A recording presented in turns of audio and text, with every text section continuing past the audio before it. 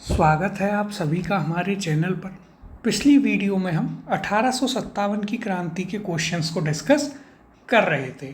आज की इस वीडियो में भी हम उन्हीं क्वेश्चंस को आगे बढ़ाएंगे और आज का पहला प्रश्न है, निम्न में से कौन सा एक क्षेत्र 1857 के विद्रोह से प्रभावित नहीं था। ऑप्शन है आपके पास ए झांसी, बी चित्तौड़, सी जगदीशपुर, ऑप्शन डी लखनऊ। इसका सही उत्तर है इनमें से ऑप्शन नंबर बी। चित्तौड़ जो है वह उस समय आपके शामिल नहीं था 1857 के विद्रोह में। इसके ऊपर हम पूरी एक चर्चा कर चुके थे कि 1857 का जो विद्रोह है वह मुख्यतः उन्हीं जगहों पर था जहाँ पर ब्रिटिश इंडिया था, यानी कि ब्रिटिशों का शासन था भारत के जिन जिन हिस्सों पर, वहाँ आपका मुख्यतः यह हुआ था। यहाँ पर यदि हम इसकी चर्चा करें तो देखिए 1857 के विद्रोह से चित्तौड़ प्रभावित नहीं था, जबकि झांसी, जगदीशपुर और लखनऊ इस विद्रोह के केंद्र थे। इन केंद्रों की अगुवाई क्रमशः झांसी हम जानते हैं रानी लक्ष्मीबाई, जगदीशपुर हमने काफ़ी क्वेश्चंस करे उनके ऊपर वीर कुंवर सिंह, और लखनऊ में बेगम हजरत महल के द्वारा की गई थी। अगला प्रश्न है, 1857 के विद्रोह से बिहार का कौन सा भाग अप्रभावित रहा। ऑप्शन है आप यहाँ पर देखिए नाम दिए गए हैं, पहला दानापुर, दूसरा पटना, तीसरा आरा, चौथा मुजफ्फर और पांचवा मुंगेर। अब निम्नलिखित कूटों से अपना उत्तर चुनें। ऑप्शंस हैं आपके पास ए चौथा एवं पांचवा, ऑप्शन बी है केवल पांचवा, ऑप्शन सी है केवल चौथा, या फिर ऑप्शन डी तीसरा, चौथा और पांचवा। तो देखिए इसका सही उत्तर है आपके पास ऑप्शन नंबर बी, केवल 5, यानी कि मुंगेर जो था वह उस समय पूर्ण रूप से अप्रभावित रहा बिहार में। किससे? 1857 की क्रांति से। अगला प्रश्न देखते हैं। सूची 1 1857 के विप्लव के नायक को सूची 2 उनके कार्य क्षेत्र से सुमेलित कीजिए। यानी कि सूची 1 में तो आपको लीडर्स दिए हुए हैं जिन्होंने विभिन्न जगहों पर 1857 की क्रांति को लीड किया, और सूची 2 में जगहों के नाम दिए गए हैं। तो देखिए सूची 1 में किस किस का नाम है, बख्त खां, मौलवी अहमदुल्ला, कुंवर सिंह और नाना साहेब। सूची 2 में है अवध, कानपुर, आरा और दिल्ली। तो देखिए यहाँ पर आपके पास सबसे पहले है बख्त खां। तो हम सभी जानते हैं बख्त खां जो है उन्होंने कहाँ पर लीड किया, उन्होंने दिल्ली में लीड किया। तो ये आपका 4 से मैच हो जाएगा। फिर मौलवी अहमदुल्ला की हम बात करते हैं। तो देखिए मौलवी अहमदुल्ला कौन थे, जो कि मोस्ट वांटेड थे ब्रिटिश के लिए, और इन्होंने कहाँ पर, तो हम यदि बात करें अयोध्या वाला क्षेत्र यानी कि अवध, तो बी आपका 1 से मैच करेगा। फिर आपके पास कुंवर सिंह है, हम जानते हैं इन्होंने बिहार, आरा 3 से मैच, और नाना साहेब ने तांत्या टोपे के साथ कानपुर, यानी कि यह आपका 2 से मैच होगा। तो यहाँ पर यदि हम बात करें हमारे पास कूट क्या बनता है, तो देखिए यहाँ पर आपका कूट हम यदि देखें तो ए बी सी डी। तो यहाँ पर ए आपका किससे 4 से मैच होता है, बी की यदि हम बात करें बी आपका 1 से मैच होता है, फिर आपका सी 3 से, और डी आपका होता है 2 से। अब ऑप्शंस देखते हैं। पहला ऑप्शन है A3 B1 C2 D4, option B है A3 B2 C4 D1, option C आपको दिया गया है यहाँ पर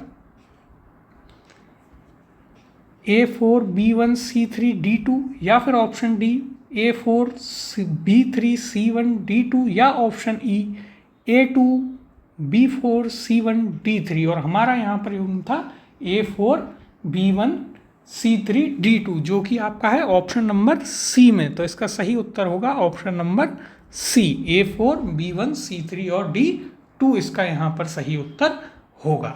अगला प्रश्न, सूची 1 और सूची 2 को सुमेलित कीजिए तथा सूचियों के नीचे दिए गए कूट का उपयोग करते हुए सही उत्तर चुनिए। तो यहाँ पर भी देखिए सूची 1 में स्थान दिए गए हैं 1857 की क्रांति के, सूची 2 में जो है उन जगहों पर लीड करने वाले जो लोग थे उनके नाम दिए गए हैं, इन्हें हमें आपस में सुमेलित करना है। तो देखिए सबसे पहले झांसी, हम सभी जानते हैं झांसी में रानी लक्ष्मीबाई ने लीड किया, तो ए आपका 4 से मैच होगा। बी है आपका लखनऊ, तो बी की यदि हम बात करें लखनऊ आपका बेगम हजरत महल, तो यह आपका 3 से मैच होगा। फिर कानपुर में किसने लीड किया, तो देखिए यहाँ पर आपको याद रखना है कानपुर में आपके आएंगे कौन, अजीमुल्ला खां, ये भी कानपुर में थे, तो यह आपका सी 2 से। और फैजाबाद मौलवी अहमद शाह, यह आपका 1 से। ये कौन थे, ये मोस्ट वांटेड रहे। और अजीमुल्ला खां कानपुर, इनका भी नाम आपको याद रखना है। तो हमारे पास क्या बनता है युग्म, हमारे पास युग्म बना 4 3 2 1। कौन से ऑप्शन में है, तो यह है आपके option number A4 B3 C2 D1 इसका सही उत्तर यहाँ पर होगा। अगला प्रश्न देखते हैं। देखिए यहाँ पर यदि हम इसकी चर्चा करें तो 1857 के विद्रोह में झांसी, सभी जानते हैं रानी लक्ष्मीबाई, लखनऊ बेगम हजरत महल, कानपुर एवं फतेहपुर में कौन, अजीमुल्ला खां, फैजाबाद में मौलवी अहमद शाह या मौलवी अहमदुल्ला शाह ने नेतृत्व किया था। तो ये आपको यहाँ पर याद रखने हैं। अगला प्रश्न है, निम्नलिखित युग्मों में कौन सही सुमेलित नहीं है, स्थान और नेतृत्व दिए गए हैं। तो देखिए ऑप्शन ए है संभलपुर सुरेंद्र शाही, बी गंजाम राधाकृष्ण दंडसेना, सी कश्मीर गुलाब सिंह, ऑप्शन डी लखनऊ लियाकत अली। तो यहाँ पर जो सही सुमेलित नहीं है, तो यदि आप देखें तो हमने बाकी के नाम इतने नहीं पढ़े हैं, लेकिन हमें पता है लखनऊ में जो है लियाकत अली नहीं थे, लखनऊ में कौन थी, बेगम हजरत महल थी। तो इसका उत्तर ऑप्शन नंबर डी हो जाएगा। यहाँ पर कौन थी, यहाँ पर बेगम हजरत महल थी। तो देखिए यहाँ पर यदि आपको कुछ ऐसे भी ऑप्शंस देखने को मिलें जो आपने कहीं नहीं देखे हैं या नहीं सुने हैं, तो आप पहले पूरे क्वेश्चन को देखें, उसमें कहीं ना कहीं कोई एक ऐसी चीज़ होगी, ऐसा क्लू होगा जहाँ से आपका क्वेश्चन एक बार में ही बन जाएगा। इस टाइप के जो क्वेश्चंस होते हैं वो थोड़ा सा डराने के लिए होते हैं, उनसे आप थोड़ा वहाँ पर कंफ्यूज होते हैं उसके लिए, लेकिन यदि आप उनको धैर्यपूर्वक पढ़ेंगे तो आप उसको आराम से कर पाएंगे। यदि हम बात करें किनकी, लियाकत अली की, तो इन्होंने कहाँ पर विद्रोहियों का नेतृत्व किया, तो देखिए लियाकत अली जो थे इन्होंने नेतृत्व किया इलाहाबाद में। कहाँ पर, इलाहाबाद। तो इनके बारे में आपको यह याद रखना है। अगले प्रश्न की ओर चलते हैं। देखिए यहाँ पर भी चर्चा की गई है, मौलवी लियाकत अली, इनका जन्म 1817 में इलाहाबाद के चायल में हुआ। 1857 के विद्रोह में तत्कालीन इलाहाबाद में विद्रोहियों का नेतृत्व इनके द्वारा किया गया था। तो यहाँ पर हमें याद रखना है कि आपके लियाकत अली ने कहा, इलाहाबाद। अगला प्रश्न, इनमें से किसने 1857 के विद्रोह में सक्रिय भाग लिया था। ऑप्शन है आपके पास, ए नाना साहेब कानपुर, बी बेगम हजरत महल लखनऊ, सी मौलवी अहमदुल्ला फैजाबाद, या ऑप्शन डी बेगम जीनत महल दिल्ली। ऑप्शन ई है उपयुक्त में से कोई नहीं या उपयुक्त में से एक से अधिक। तो यहाँ पर हम जानते हैं इन सभी ने जो है लगभग इसमें बहुत ही सक्रियता से भाग लिया 1857 की क्रांति में। इसका सही उत्तर होगा आपका ऑप्शन नंबर ई, उपयुक्त में से एक में से अधिक वाला। अब देखिए यहाँ पर यदि हम बात करें नाना साहेब की हम बात करें तो इन्होंने कहाँ पर, इन्होंने आपके प्रारंभ किया कानपुर में, नेतृत्व इन्होंने किया तात्या टोपे के साथ मिलकर। फिर यदि हम बात करें तो बेगम हजरत महल उन्होंने लखनऊ में किया था। फैजाबाद में हम जानते हैं मौलवी अहमदुल्ला, और जो बहादुर शाह जफ़र की पत्नी थी बेगम जीनत महल, उन्होंने भाग लिया आपके दिल्ली में। तो ये हमें यहाँ पर याद रखना है। तो देखिए यहाँ पर भी हम इसकी थोड़ी डिटेल में इसे डिस्कस करते हैं। ईस्ट इंडिया कंपनी के राजनीतिक, आर्थिक, सामाजिक तथा धार्मिक कारणों के फलस्वरूप 1857 का विद्रोह प्रारंभ हुआ लखनऊ में।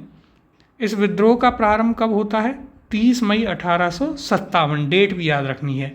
यहाँ पर इस विद्रोह का नेतृत्व किसने, बेगम हजरत महल ने किया।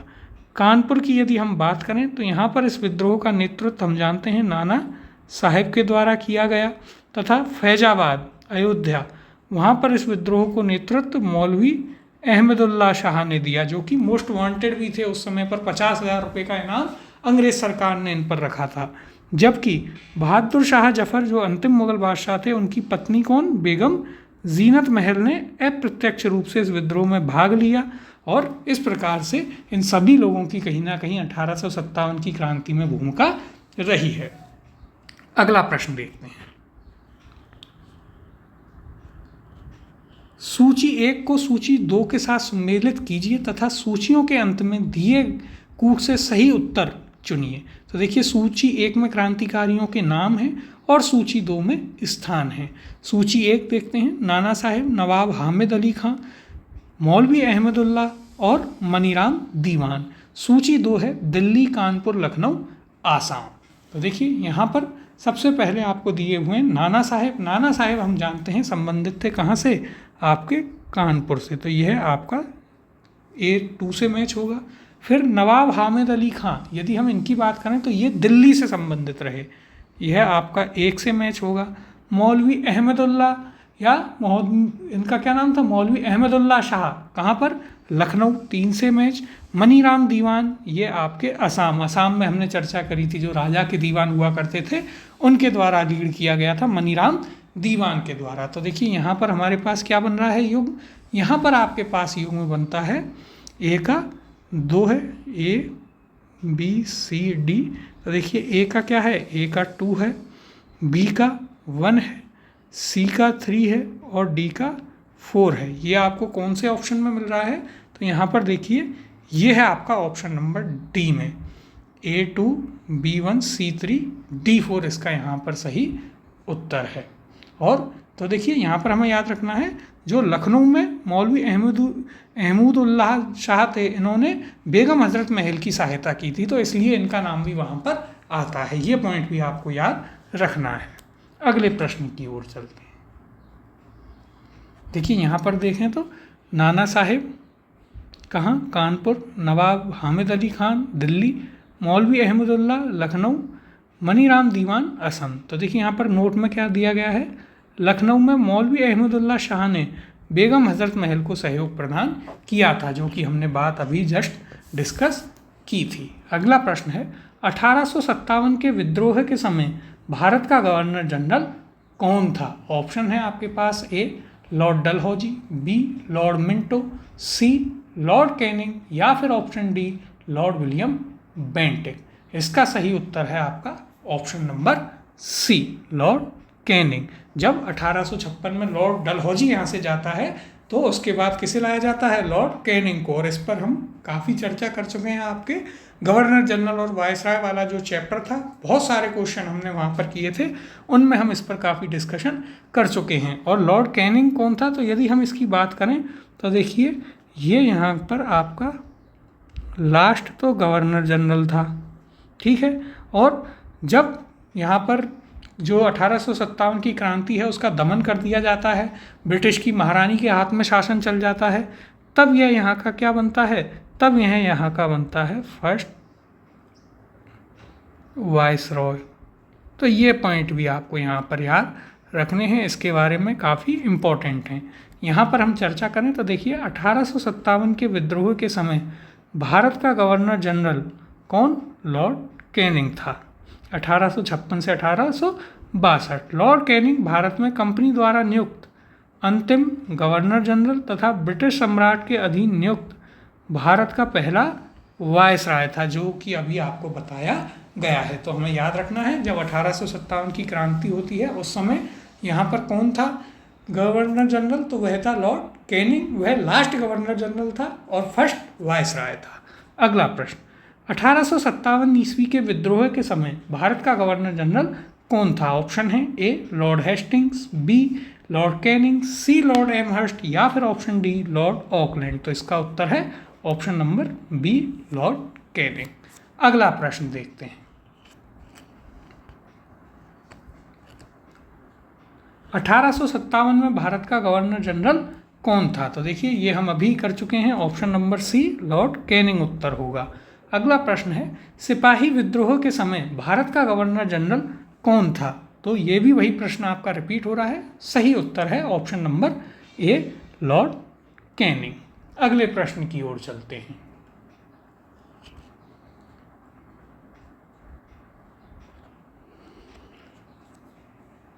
1857 के विद्रोह के समय बैरकपुर में कौन ब्रिटिश कमांडिंग ऑफिसर था? ऑप्शन है आपके पास A Henry Lawrence, B Colonel Finnis, C Hearsey या फिर option D Sir Hugh Wheeler. तो देखिए ये आपके लिए एक इम्पॉर्टेंट क्वेश्चन है, क्योंकि बैरकपुर बंगाल से ही मंगल पांडे ने क्रांति की शुरुआत की थी और वहाँ पर कौन कमांडिंग ऑफिसर थे यह आपसे पूछा गया है। तो इसका सही उत्तर है यहाँ पर ऑप्शन नंबर सी हेरसे। देखिए बहुत ही एक इम्पॉर्टेंट फैक्ट और इम्पॉर्टेंट क्वेश्चन है आपके लिए, तो यहाँ पर हमें याद रखना है। देखिए 1857 में 34वीं बंगाल नेटिव इन्फेंट्री के सिपाही मंगल पांडे के विद्रोही के समय बैरकपुर में Lieutenant General Sir John Bennett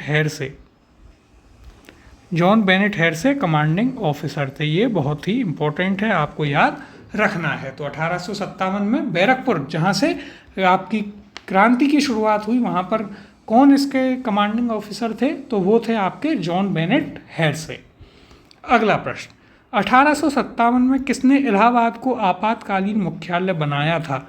option है आपके पास A Lord Canning, B Lord Cornwallis, C Lord Wellesley या फिर option D Lord William Bentinck. इसका सही उत्तर होगा देखिए option number A Lord Canning. यहाँ पर आपसे क्या पूछा है कि 1857 में जब इलाहाबाद को क्रांति के समय आपातकालीन मुख्यालय बनाया था तो वह किसने बनाया? जो गवर्नर जनरल था। गवर्नर जनरल कौन था?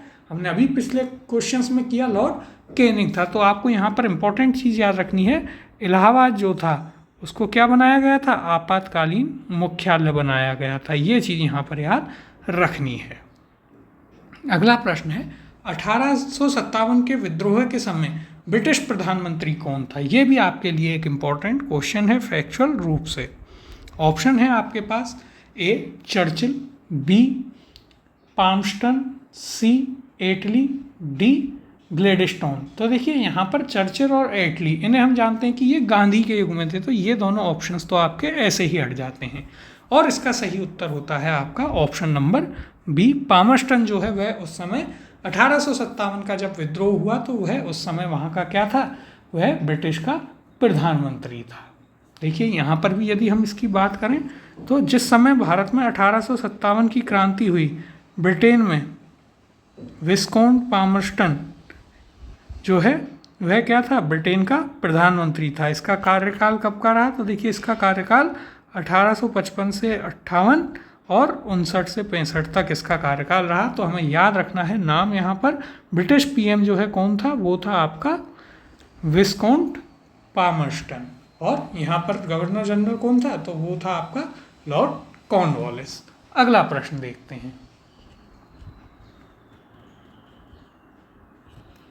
निम्नलिखित में से किसका नाम 1857 के विद्रोह से नहीं जुड़ा है? ऑप्शन है आपके पास ए colonel Saint लेगर, B lieutenant colonel Gibbs, सी कर्नल वेलेस और ऑप्शन डी उपयुक्त सभी। तो देखिए ये सभी नाम आपको कहीं भी देखने को नहीं मिलते हैं, कहीं जितने भी हमने क्वेश्चंस करे, जितनी भी चीज़ें करी, ये नाम कहीं भी नहीं मिलते हैं। तो इसका उत्तर होगा ऑप्शन नंबर डी उपयुक्त सभी। तो देखिए जब ऐसा क्वेश्चन आपके सामने आए जहाँ पर बिल्कुल ही उसके बारे में कभी भी नहीं सुना है, कोई बात उसके बारे में नहीं कही गई है, तो वहाँ आपको सीधे सीधे इस प्रकार से क्वेश्चन को करना है।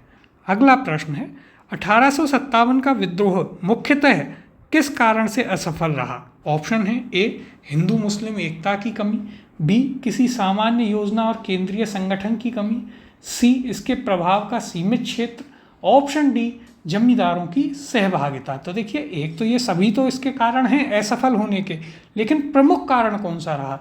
तो वह था आपका ऑप्शन नंबर बी किसी सामान्य योजना और केंद्रीय संगठन की कमी। हर जगह पर लोग अपने अपने हिसाब से इसको चला रहे थे विद्रोह को, कोई ऐसा नहीं था कि किसी एक व्यक्ति के द्वारा इसे सेंट्रली चलाया जा रहा हो। यदि हम बात करें तो देखिए विद्रोहियों का एक तो कोई संगठन नहीं था कोई विशेष, इसके अलावा वहाँ पर बहादुर शाह जफर को इसका क्या बनाया गया? मुख्य केंद्र। वे खुद उस समय 80 वर्ष से ऊपर के हो चुके थे। फिर अलग अलग जो विद्रोही थे वे अलग अलग जगह पर अपने हिसाब से लड़ रहे थे, लेकिन एक कोई उनके पास परफेक्ट प्लानिंग नहीं थी, ऐसी सुनियोजित कोई प्लानिंग नहीं थी कि हम ऐसे ऐसे करके लड़ेंगे। जैसे जैसे सिचुएशन आती जा रही थी उस हिसाब से वो लोग लड़ते जा रहे थे। और इसके अलावा जो है कई यहाँ पर बाकी की चीज़ें तो हमने देखी ही कि जमींदार कैसे मिल गए, किस प्रकार से कुछ सिंधिया जैसे राजाओं ने अंग्रेज़ों का साथ दिया, अन्य चीज़ें भी थी। लेकिन एक प्रमुख कारण जो है वो ये था कि उस समय क्रांतिकारी जो थे उनके पास कोई सामान्य योजना और कोई केंद्रीय संगठन नहीं था। अगले प्रश्न की ओर चलते हैं।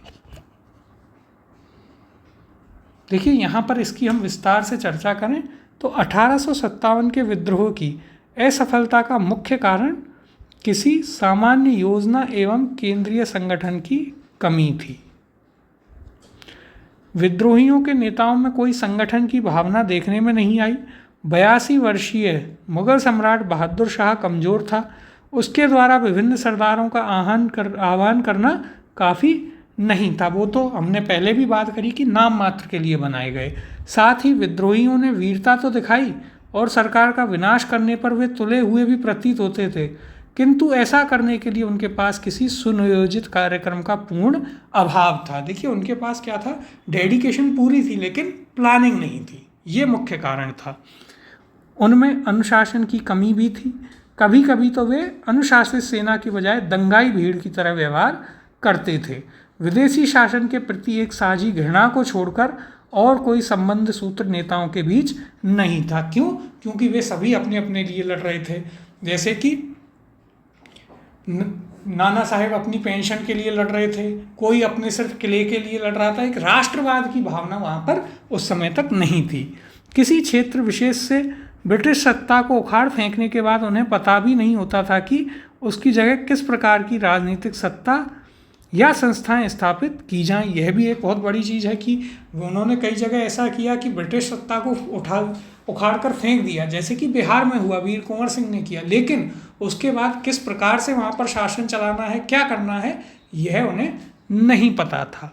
उनके पास एक भविष्योन्मुख कार्यक्रम, सुसंगत विचारधारा, राजनीतिक परिप्रेक्ष्य या भावी समाज और अर्थव्यवस्था के प्रति एक स्पष्ट दृष्टिकोण का अभाव था। देखिए उन्हें क्या है, उस समय बस ये पता था कि हमें अंग्रेज़ों को यहाँ से उखाड़ करके फेंकना है, लेकिन उन्हें यह नहीं पता था कि इसके बाद हमें करना क्या है।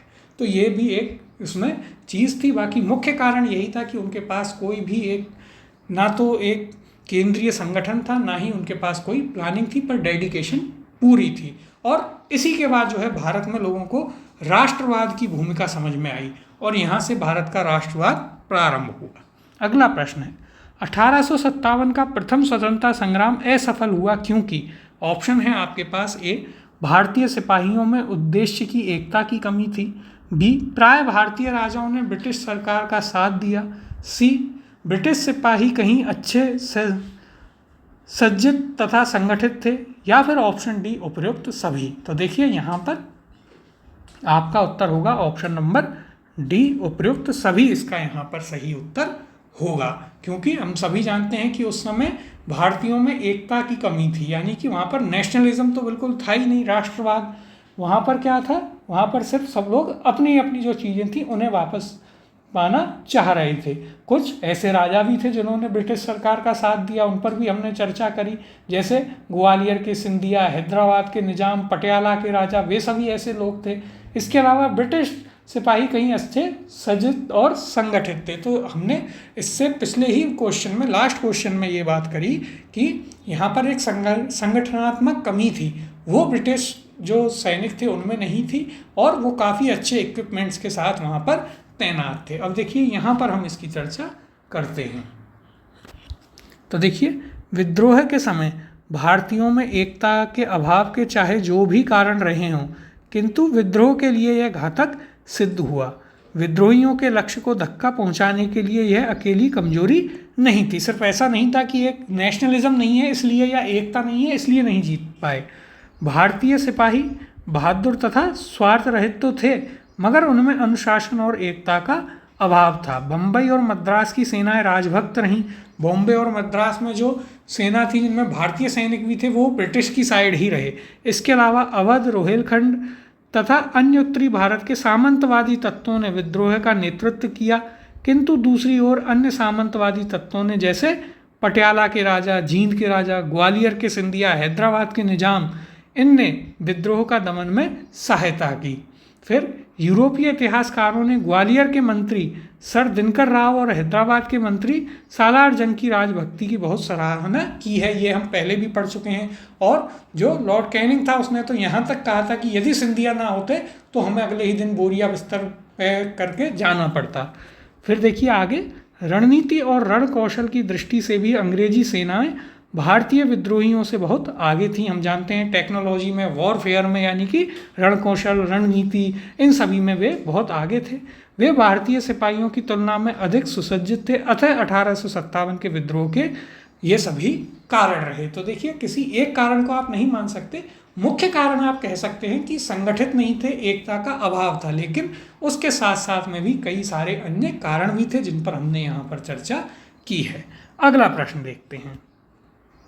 अंग्रेज राजपूत राज्यों में 1857 के विद्रोह को दबाने में सफल रहे क्योंकि ऑप्शन है आपके पास, ए स्थानीय शासकों ने क्रांतिकारियों का साथ नहीं दिया, ऑप्शन बी शिक्षित मध्य वर्ग अंग्रेजों का समर्थन कर रहा था, ऑप्शन सी देखते हैं छावनियों के सैनिक राजपूताना से बाहर के क्रांतिकारियों का नेतृत्व स्वीकार करने को तैयार नहीं थे, ऑप्शन डी समाचार पत्र क्रांतिकारियों के सही उद्देश्य को नहीं दर्शा पाए। और यह आपका RAS में पूछा गया क्वेश्चन है। तो देखिए यहाँ पर सही उत्तर होगा आपका ऑप्शन नंबर ए, स्थानीय जो शासक थे उन्होंने क्रांतिकारियों का साथ नहीं दिया था, इसलिए अंग्रेज राजपूत राज्यों में 1857 की क्रांति का दमन करने में सफल रहे। अब अगले प्रश्न की ओर चलते हैं।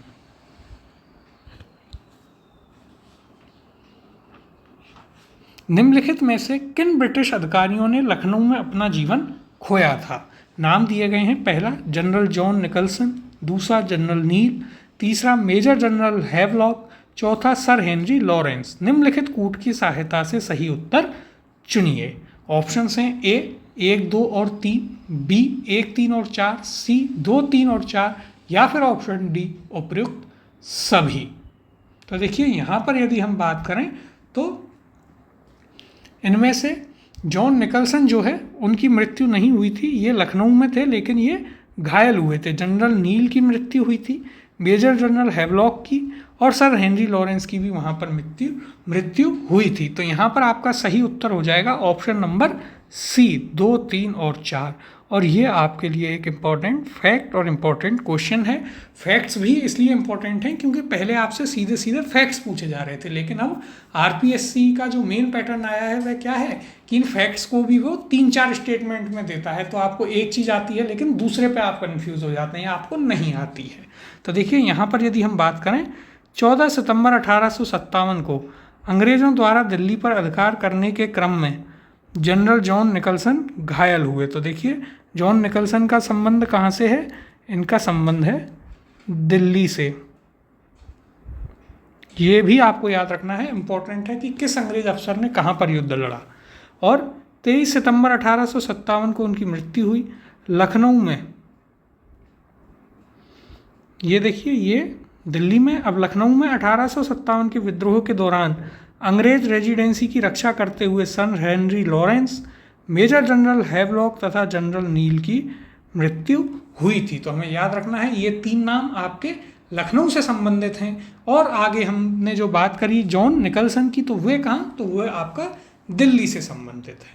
अगला प्रश्न देखते हैं।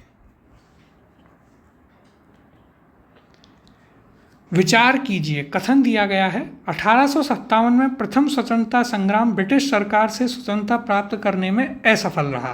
कारण है बहादुर शाह जफर के नेतृत्व को जन सहयोग नहीं मिला था और अधिकांश महत्वपूर्ण रियासतों के शासक उनका साथ देने में कतरा गए। नीचे दिए गए कोड में सही उत्तर चुनिए। ऑप्शन है ए क और का दोनों सत्य हैं और का यानी कि कारण कथन का सही स्पष्टीकरण है।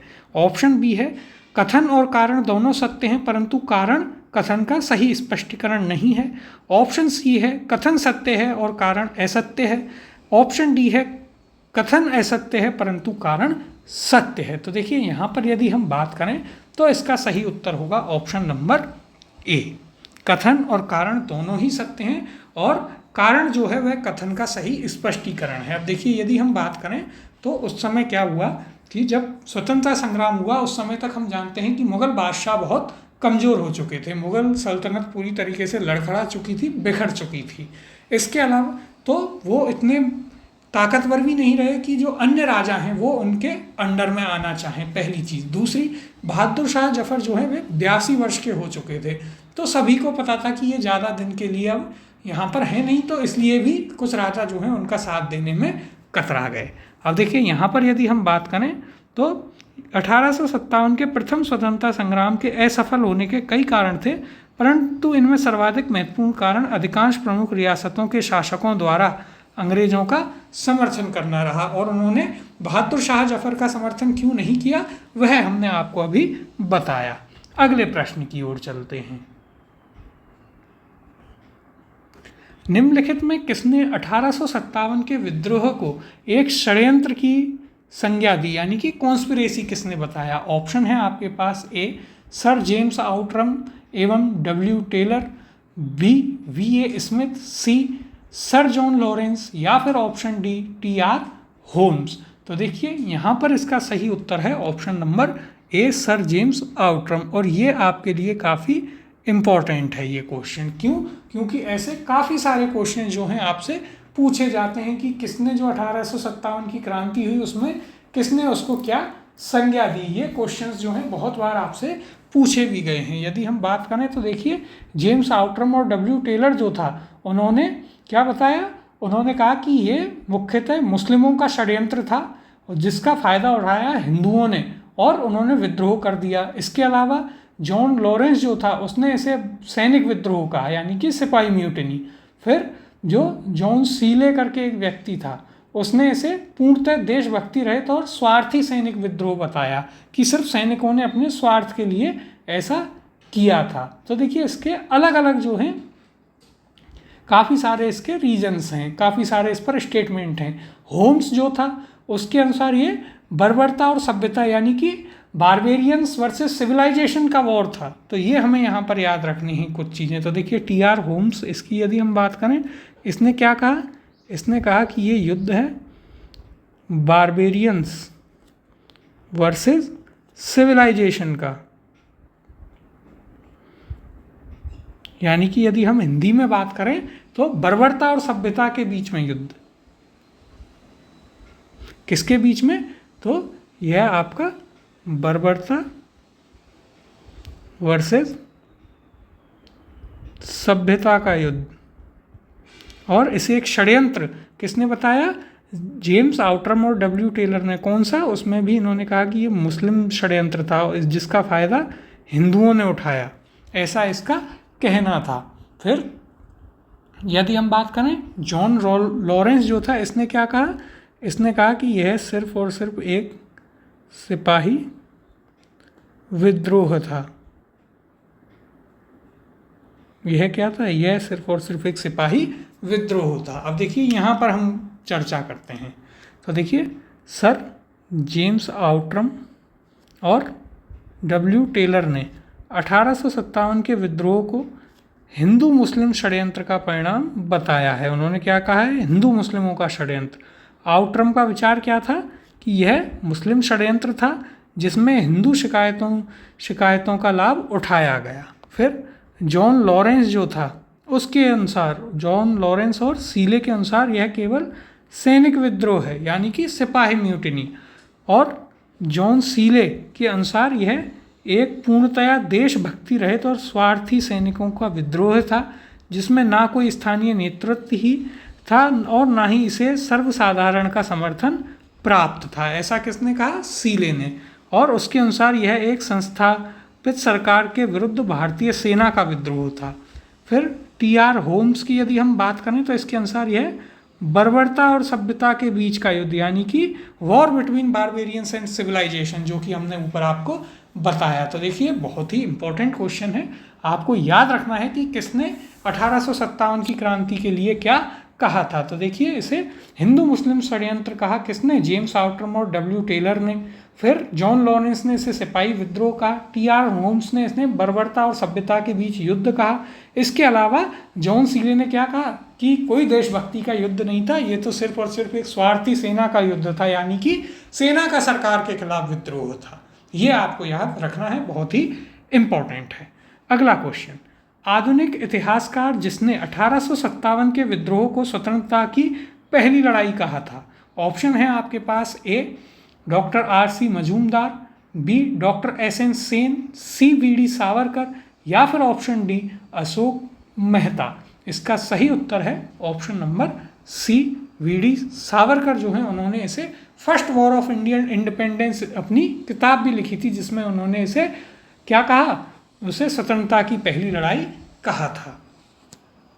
तो देखिए यहाँ पर अगले प्रश्न को देखते हैं, और यदि इसकी चर्चा करें तो V.D. सावरकर ने अपनी पुस्तक the Indian war of independence 1857 उसमें ऐसा कहा था। अगला प्रश्न, 1857 के स्वतंत्र के संग्राम को प्रथम स्वतंत्रता संग्राम का नाम किसने दिया। ऑप्शन है, A V.A. Smith, B P.E. Robert, C V.D. Savarkar, या फिर ऑप्शन डी उपयुक्त सभी। तो इसका उत्तर है ऑप्शन नंबर सी V.D. सावरकर। अगला प्रश्न, 1857 के विद्रोह को किसके द्वारा प्रथम भारतीय स्वतंत्रता संग्राम के रूप में वर्णित किया गया। तो यहाँ पर हम सभी जानते हैं इसका उत्तर है V.D. सावरकर, यानी कि ऑप्शन नंबर ए इसका सही उत्तर होगा। अगले प्रश्न की ओर चलते हैं, भारतीय स्वाधीनता आंदोलन का सरकारी इतिहासकार कौन था। ये भी आपके लिए इम्पोर्टेंट है, यानी कि वह इतिहासकार जिसने 1857 की क्रांति को सरकार की तरफ से लिखा। ऑप्शन है आपके पास, ए R.C. मजूमदार, बी ताराचंद, सी V.D. सावरकर, या फिर ऑप्शन डी S.N. सेन। और इसका सही उत्तर है आपका option number D S.N. Sen, यानी कि कौन, सुरेंद्रनाथ सेन। इनका पूरा नाम भी आपको यहाँ पर याद रखना है। पूरा नाम क्या था इनका, सुरेंद्रनाथ सेन, यानी कि S.N. सेन। देखिए यहाँ पर यदि हम बात करें तो 1857 के भारतीय स्वाधीनता आंदोलन के सरकारी इतिहासकार सुरेंद्रनाथ सेन S.N. सेन थे, जिनकी पुस्तक 1857 जो है, उन्होंने कौन सी पुस्तक लिखी, इनकी बुक का आपको नाम याद रखना है, 1857। अगला प्रश्न, भारतीय भाषा में 1857 के विप्लव के कारणों पर लिखने वाला प्रथम भारतीय था। ऑप्शन है आपके पास, ए सैयद अहमद खां, बी V.D. सावरकर, सी बंकिम चंद्र चटर्जी, या फिर ऑप्शन डी उपयुक्त में से कोई नहीं। तो देखिए इसका सही उत्तर है option number A Syed Ahmad Khan, जो थे वे पहले व्यक्ति थे जिन्होंने 1857 की क्रांति के बारे में उसके कारणों को भारतीय भाषा में लिखा। और इनकी बुक थी एक जिसका नाम बगावत हिंद करके है। तो आपको याद रखना है, बुक का नाम आप याद रख सकते हैं, बगावत हिंद करके इनकी एक पुस्तक है। देखिए यहाँ पर बात करें, सर सैयद अहमद खां द्वारा लिखित पुस्तक, यहाँ पर इसका पूरा नाम है असबाब बगावत हिंद, वर्ष 1859 में प्रकाशित हुई थी, जिसमें 1857 के विद्रोह के कारणों की चर्चा की गई भारतीय भाषा में। तो ये सभी आपके लिए इम्पोर्टेंट फैक्ट्स हैं। अगला प्रश्न, तथाकथित प्रथम राष्ट्रीय स्वतंत्रता संग्राम ना प्रथम, ना राष्ट्रीय और ना ही स्वतंत्रता संग्राम था, यह कथन संबंधित है किससे। ऑप्शन दिए गए हैं आपको, ए R.C. मजूमदार से, बी S.N. सेन से, सी ताराचंद से, या फिर ऑप्शन डी V.D. सावरकर से। तो देखिए इसका सही उत्तर है ऑप्शन नंबर ए R.C. मजूमदार से। R.C. मजूमदार जो थे उनका कहना था कि ना ही ये कोई ना तो ये पहला था, ना ही कोई राष्ट्रीय था, और ना ही ये कोई स्वतंत्रता संग्राम ही था, ये तो बस एक विद्रोह था। उनका ऐसा कहना था किसका, R.C. मजूमदार का। तो देखिए ये इंपॉर्टेंट चीज़ें हैं जो आपको याद रखनी है। उनका सिपाही विद्रोह उन्होंने कहा था, और उनकी पुस्तक भी थी जिसमें उन्होंने ऐसा कहा है, उसका नाम है पुस्तक का the Sepoy Mutiny and Revolt of 1857। तो ये इनकी पुस्तक का नाम है जो आपको याद रखना है। यहाँ पर देखिए बात करें तो देखिए आर.सी. मजूमदार, उन्होंने अपनी पुस्तक the sepoy Mutiny and the revolt of 1857 को स्वतंत्र रूप से वर्ष 1957 में प्रकाशित किया। मजूमदार ने ही 1857 के विद्रोह को तथाकथित प्रथम राष्ट्रीय स्वतंत्रता संग्राम ना राष्ट्रीय और ना ही स्वतंत्रता संग्राम था, ऐसा उन्होंने कहा था। तो ये इंपॉर्टेंट फैक्ट्स हैं। अगला प्रश्न देखते हैं। किसने लिखा था, इस निर्णय से इनकार करना कठिन है कि तथाकथित 1857 का प्रथम राष्ट्रीय स्वतंत्रता संग्राम ना तो प्रथम था, ना राष्ट्रीय था और ना ही स्वतंत्रता संग्राम था। ऑप्शन दिए गए हैं ए आर.सी. मजूमदार, बी सैयद अहमद, सी रॉबर्ट्स और ऑप्शन डी कूपलैंड। तो देखिए इसका सही उत्तर है ऑप्शन नंबर ए आर.सी. मजूमदार। उन्होंने क्या कहा था, बुक लिखी थी sepoy Mutiny and the revolt of 1857। उन्होंने ये पुस्तक लिखी, उसमें कहा था कि ना तो यह एक स्वतंत्रता संग्राम था, ना ही प्रथम था और ना ही राष्ट्रीय था। फिर यदि बात करें सैयद अहमद खान की, तो इन्होंने तो बगावत हिंद जो पुस्तक लिखी थी उसमें पहली बार चर्चा की थी इसके कारणों की कि क्या क्या मुख्य कारण रहे इस विद्रोह के। अगले प्रश्न की ओर चलते हैं। किस भारतीय प्रख्यात इतिहासकार ने 1857 की क्रांति को क्रांति नहीं माना?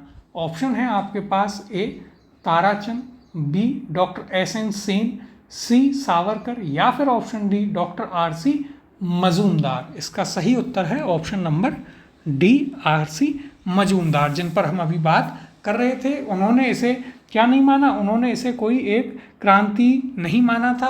उन्होंने कहा ये सिर्फ और सिर्फ क्या थी, एक विद्रोह था, सैनिकों द्वारा किया हुआ विद्रोह था। ऐसा किसने माना, ऐसा आर.सी. मजूमदार ने माना। उनकी पुस्तक आपको याद रखनी है the sepoy Mutiny and Revolt of 1857, जिसमें उन्होंने क्या कहा था कि यह राष्ट्रीय संग्राम ना तो पहला था, ना ही राष्ट्रीय था और ना ही ये कोई स्वतंत्रता संग्राम था, ये सिर्फ और सिर्फ एक सैनिक विद्रोह था।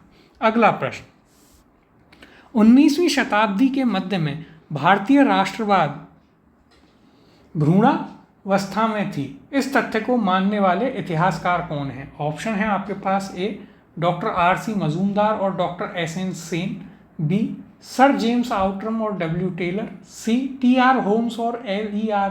रीज, option D Sir John Lawrence और सीले। तो देखिए यहाँ पर उत्तर होगा आपका option number A, Doctor RC. Majumdar और एस.एन. सेन। आर.सी. मजूमदार जो थे उन्होंने तो अपनी पुस्तक लिखी थी sepoy Mutiny and the revolt of 1857, जिसमें उन्होंने कहा ना ही ये राष्ट्रीय था, ना प्रथम था, ना ही स्वतंत्रता संग्राम था। और एस.एन. सेन कौन थे, तो वो थे आपके उस समय के गवर्नमेंट हिस्टोरियन थे।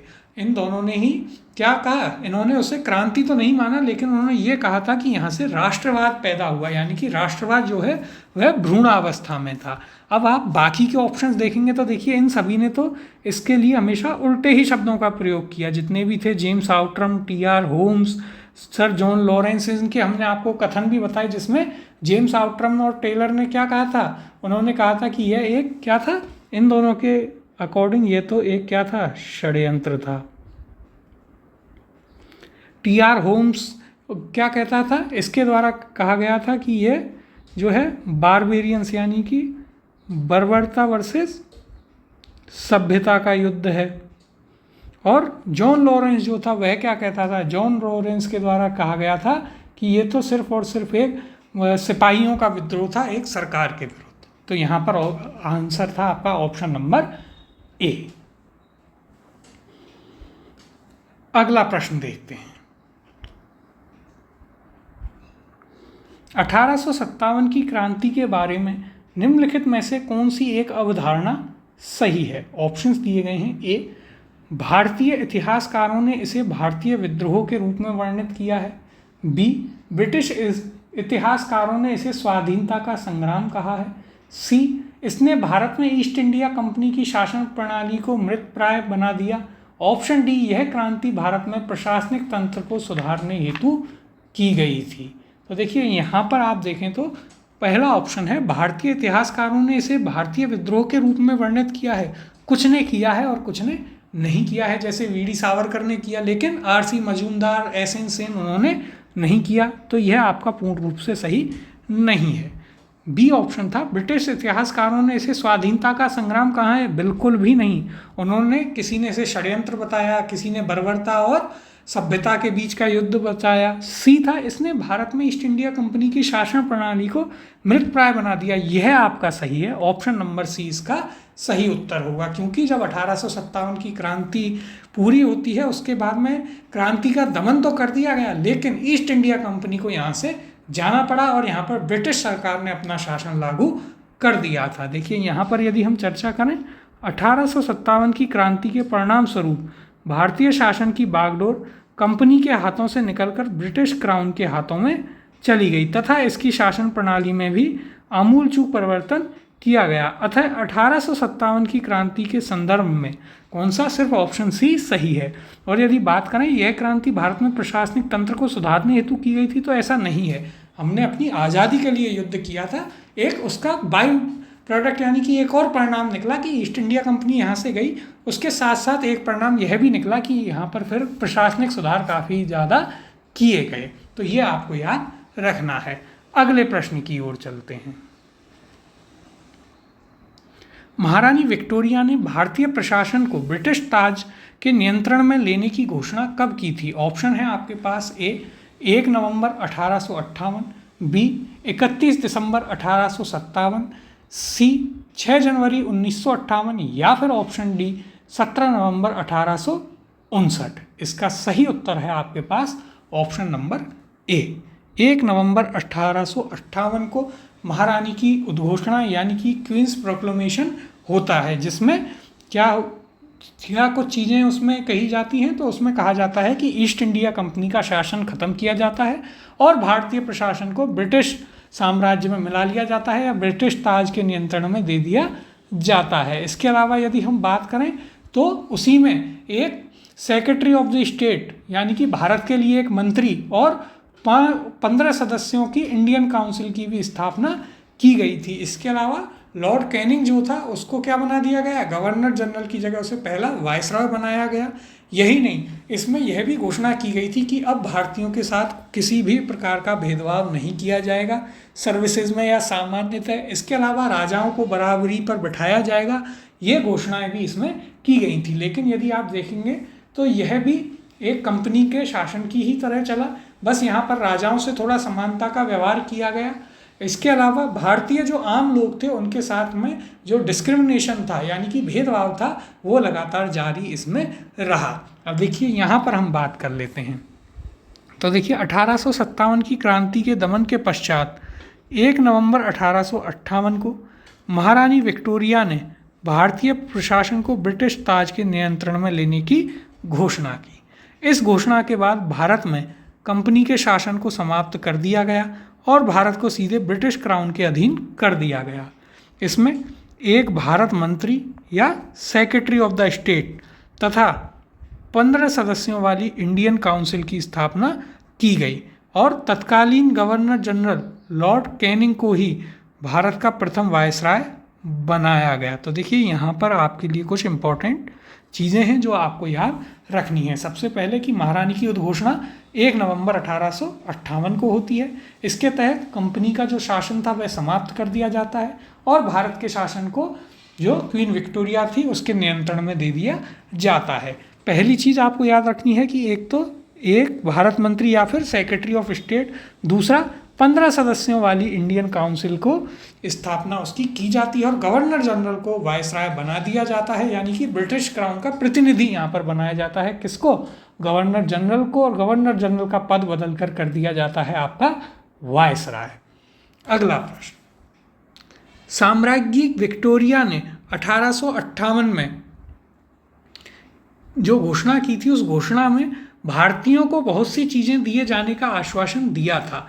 निम्न आश्वासनों में से कौन सा ब्रिटिश शासन ने पूरा किया था? ऑप्शन है आपके पास, ए रियासतों को हड़पने की नीति समाप्त कर दी जाएगी, बी देशी रजवाड़ों की यथास्थिति बनाए रखी जाएगी, सी भारतीय एवं यूरोपियन सभी प्रजा को समान व्यवहार मिलेगा, ऑप्शन डी भारतीयों के सामाजिक एवं धार्मिक विश्वासों में कोई हस्तक्षेप नहीं होगा। तो देखिए यहाँ पर यदि हम बात करें तो ये सारी चीज़ें घोषणाओं में थीं जिसमें हमने अभी आपसे बात की कि भारतीय एवं यूरोपीय सभी लोगों के साथ समान व्यवहार किया जाएगा, ऐसा कहा गया था, लेकिन ऐसा वास्तविकता में आपको देखने को नहीं मिलेगा। इवन सेना तक में भेदभाव और बढ़ गया। जिन कंपनियों ने साथ दिया अंग्रेजों का, उनको अच्छी पोस्टिंग दी गई, उनको प्रमोशन दिए गए, लेकिन जैसे अवध सेना, बंगाल की सेना, उनको पोस्टिंग प्रमोशन नहीं दिए गए, उनके साथ दुर्व्यवहार किया गया। फिर सामाजिक धार्मिक मामलों में हस्तक्षेप जारी रहा, लेकिन पहले से कम हो गया। लेकिन एक चीज़ उन्होंने पूरी की और वह थी आपका ऑप्शन नंबर ए, रियासतों को हड़पने की नीति समाप्त कर दी, यानी कि जो डॉक्ट्राइन ऑफ लैप्स हुआ करता था उसे पूर्ण रूप से समाप्त कर दिया। जहाँ के जो राजा थे उनको उनकी जगह हैं लौटा दी गई। और इससे क्या होता है कि जो भारतीय राजा थे वो ब्रिटिश शासन के पूर्णतः पक्ष में आ जाते हैं। ये सभी कब किया गया? तो 1 नवंबर 1858 को जो इलाहाबाद में हुआ क्वींस प्रोक्लेमेशन। तो देखिए यहाँ पर हमें याद रखना है, ये उद्घोषणा इंग्लैंड से की गई और इसे पढ़ा कहाँ से गया? तो इसे इलाहाबाद से इसे पढ़ा गया था लॉर्ड कैनिंग के द्वारा। तो यह भी हमें याद रखना है, बहुत ही इम्पोर्टेंट बात है। अब देखिए यहाँ पर हम इसकी चर्चा कर लेते हैं। तो देखिए 1857 के विद्रोह का सबसे महत्वपूर्ण परिणाम महारानी विक्टोरिया की उद्घोषणा थी। यह उद्घोषणा 1 नवंबर 1858 को इलाहाबाद, जो कि हमने अभी आपको बताया में हुए दरबार में लॉर्ड कैनिंग द्वारा उद्घोषित की गई। इसमें भारत में कंपनी के शासन को समाप्त कर भारत का शासन सीधे क्राउन के अधीन कर दिया गया।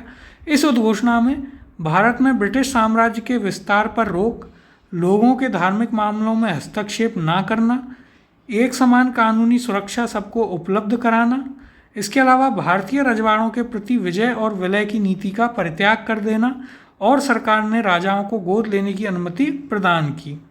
और लेकिन इसमें क्या होता है कि बाकी की जितनी भी चीज़ें थी कि समानता का व्यवहार आपके साथ में किया जाएगा, आपकी धार्मिक नीति, आपके सामाजिक चीज़ों में हस्तक्षेप नहीं किया जाएगा, ये सभी पूरे नहीं किए गए। सिर्फ एक चीज़ यहाँ पर निभाई गई और वह क्या थी?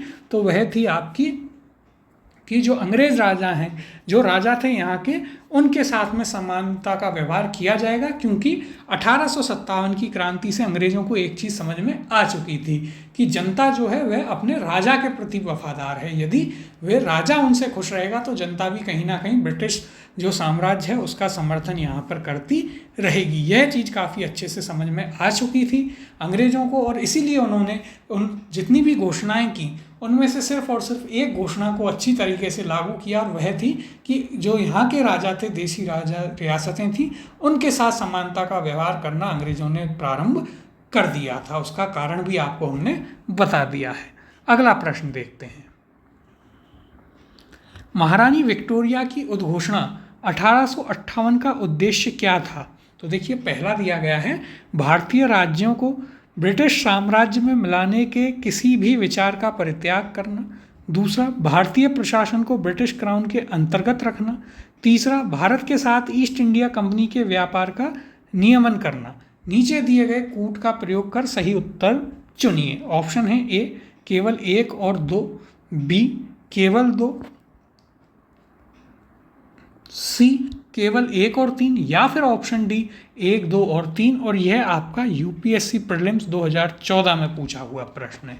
तो देखिए यहाँ पर यदि हम बात करें जो कथन दिए गए हैं उनमें, तो देखिए भारतीय राजाओं को ब्रिटिश साम्राज्य में मिलाने की किसी भी विचार का परित्याग करना बिल्कुल सही है, क्योंकि वहाँ पर महारानी ने उद्घोषणा की थी कि अब से किसी भी राजा के जो राज्य हैं उनका विलय ब्रिटिश शासन में नहीं किया जाएगा। दूसरा कथन, भारतीय प्रशासन को ब्रिटिश क्राउन के अंतर्गत रखना, बिल्कुल ईस्ट इंडिया कंपनी का जो शासन था उसे यहाँ पर समाप्त कर दिया गया था और उसकी जगह पर आपके क्राउन के अंडर में सीधे सीधे शासन दे दिया गया। तीसरा कथन है, भारत के साथ ईस्ट इंडिया कंपनी के व्यापार का नियमन करना, तो यह तो बिल्कुल ही गलत है, यानी कि उत्तर होगा आपका ऑप्शन नंबर 1 केवल 1 और 2 यहाँ पर सही हैं। इसके अलावा बाकी के जो कथन हैं वे आपके गलत हो जाते हैं, क्योंकि जब ये नियम लागू किए गए तब यहाँ पर सबसे पहली चीज़ की गई कि ईस्ट इंडिया कंपनी का जो शासन था उसे ख़त्म कर दिया और ब्रिटिश क्राउन के अंतर्गत सीधा सीधा भारत के शासन को दे दिया गया। इसके अलावा इसमें उद्घोषणा की गई कि पहली चीज़ एक कि भारत के लिए एक मंत्री होगा या फिर सेक्रेटरी ऑफ स्टेट होगा। दूसरी चीज़ यहाँ पर क्या कही गई कि 15 सदस्यों वाली एक इंडियन काउंसिल होगी, आपको याद होगा हमने अभी बताया था। इसके अलावा जितने भी राजा थे उनके साथ समानता का व्यवहार होगा, ब्रिटिश किसी भी राज्य को हथियाने की कोशिश नहीं करेंगे, गवर्नर जनरल को वायसराय यहाँ पर बना दिया जाएगा। ये चीज़ यहाँ पर की गई थी। देखिए यहाँ पर भी इसकी हम विस्तार में चर्चा कर लेते हैं। तो देखिए ब्रिटिश सरकार ने 1858 में एक अधिनियम लागू किया जिसे भारतीय प्रशासन सुधार संबंधी अधिनियम कहते हैं, यानी कि इंडियन एडमिनिस्ट्रेटिव रिफॉर्म एक्ट। इस अधिनियम के द्वारा भारत में ईस्ट इंडिया कंपनी के शासन का अंत कर दिया गया। ब्रिटिश सरकार ने भारतीय प्रदेशों का प्रबंध सीधा अपने हाथों में ले लिया। इस अधिनियम के तहत 1858 में महारानी विक्टोरिया ने एक घोषणा की जिसमें यह उद्घोषित किया गया कि अब से भारत का शासन ब्रिटिश शासक के द्वारा उनके लिए सेक्रेटरी ऑफ स्टेट द्वारा चलाया जाएगा। गवर्नर जनरल को वायसराय की पदवी दी गई, जिसका अर्थ था कि वह राजा का प्रतिनिधि था। संक्षेप में भारत पर ब्रिटिश सर्वोच्चता सुदृढ़ रूप से स्थापित कर दी गई। साथ ही रानी विक्टोरिया द्वारा की गई घोषणा द्वारा देशी राज्यों को यह आश्वासन दिया गया कि उनका अस्तित्व बना रहेगा और स्पष्ट है कि भारतीय राज्यों को ब्रिटिश साम्राज्य में मिलाने की किसी भी विचार का परित्याग करने की घोषणा की गई। देखिए यहाँ पर आगे ब्रिटेनिका द्वारा प्रकाशित द हिस्ट्री ऑफ इंडिया नामक पुस्तक के 261वें पृष्ठ पर क्या लिखा हुआ है, the announcement reverse Lord Dalhousie's previous policy of political unification through princely state annexation, यानी कि जो डलहौजी की नीति थी उसका रिवर्स यहाँ पर कर दिया गया था, उसे वापस ले लिया गया था डलहौजी की हड़प नीति को। अगला प्रश्न, निम्नलिखित में से कौन सा आयोग 1857 के विद्रोह के दमन के बाद भारतीय फौज के नव संगठन से संबंधित है? बहुत ही इंपॉर्टेंट क्वेश्चन है आपके लिए। जब हम सब्जेक्ट की क्लासेस करेंगे तो वहाँ पर आयोगों पर हम अलग से चर्चा करेंगे कि कौन सा आयोग किससे संबंधित था। फिलहाल यहाँ पर ऑप्शन देखते हैं, ए पब्लिक सर्विस आयोग, बी पील आयोग, सी हंटर आयोग या फिर option D Simon commission.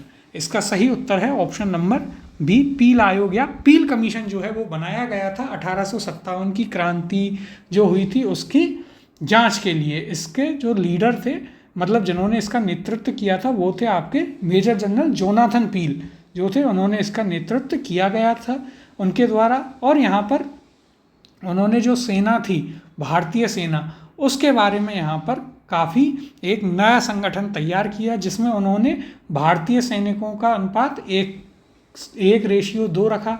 Madras Mumbai में 1:3, यानी कि जहाँ पर एक भारतीय सैनिक है सामान्यतः वहाँ 2 अंग्रेज सैनिक, जहाँ मुंबई और मद्रास में एक भारतीय सैनिक है वहाँ उसके ऊपर 3 अंग्रेज सैनिक रहने चाहिए, जिससे आगे कभी ऐसी घटना ना हो। देखिए यहाँ पर भी हम इसकी चर्चा कर लेते हैं।